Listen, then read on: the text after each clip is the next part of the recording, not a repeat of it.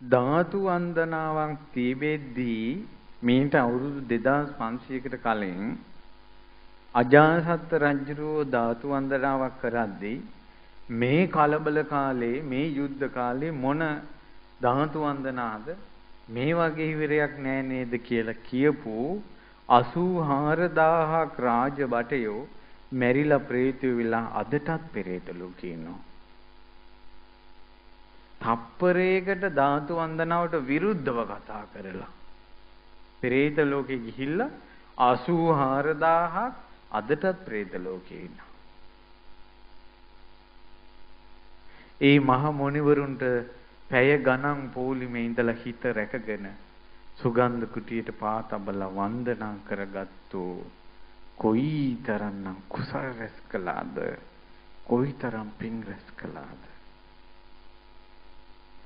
ඒ ආශ්චර්ය එදා ඒ ධාතු වන්දනාවේදී අරහන්ත වන්දනාවේ මිනිසුන්ට දැනුණා. පැය 18ක් පොලිමේ ඉඳලා මහන්සි වෙලා පැය 18ක් හිටගෙන ඉන්නවා කියන්නේ හිතන්නකෝ. අර රහතන් වහන්සේලා වැඩ ඉන්න තැනට ආපු ගමන් ඔක්කොම අමතකයි. අනේ විනාඩියකටත් අඩු කාලයක් මෙහිම වන්දනා කරගෙන ඇස් පුරා බැලුවා. රහතන් වහන්සේලාට නේත්‍ර පූජාව කළා, ඇහි පිල්ලම් ගහන්ටත් ලෝභ කළා, අංජලි කරණීය කළා, පුෂ්ප පූජාව කළා, පියවර තබමින් රහතුන් කරා පැමිණි පාද වීතිහාර පින රැස් කළා. ඒ රහතුන් දකින්න බොහෝ දුර ඉඳලා ආපු පින රැස් කළා. හිත වැටෙද්දී නැවත හැරිලා යන්න හිතෙද්දී හිත රැක ගැනීමේ පින රැස් කළා. කවදා හරි දැකලාමයි යන්නේ කියලා, වැඳලාමයි යන්නේ කියලා. චිත්ත ප්‍රසාදයටපත් වෙන්න ඔබ බොහෝ පින් රැස් කළා. ඔබ බොහෝ කුසල රැස් කළා.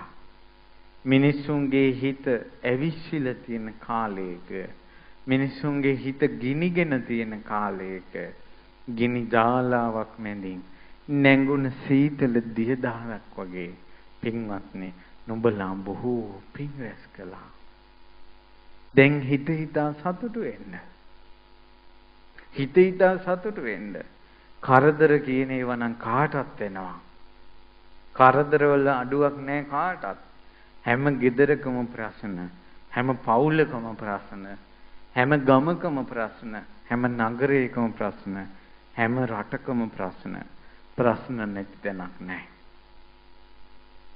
ඒ ප්‍රශ්න ජාලාව මැද්දේ අනේ අපිට අනුකම්පාවෙන් බුදුරජාණන් වහන්සේ මහරහතුන් පිරිවරාගෙන වැඩියා නෙව කියලා හිතනකොට හිත ගොඩාක් පැහැදෙනවා.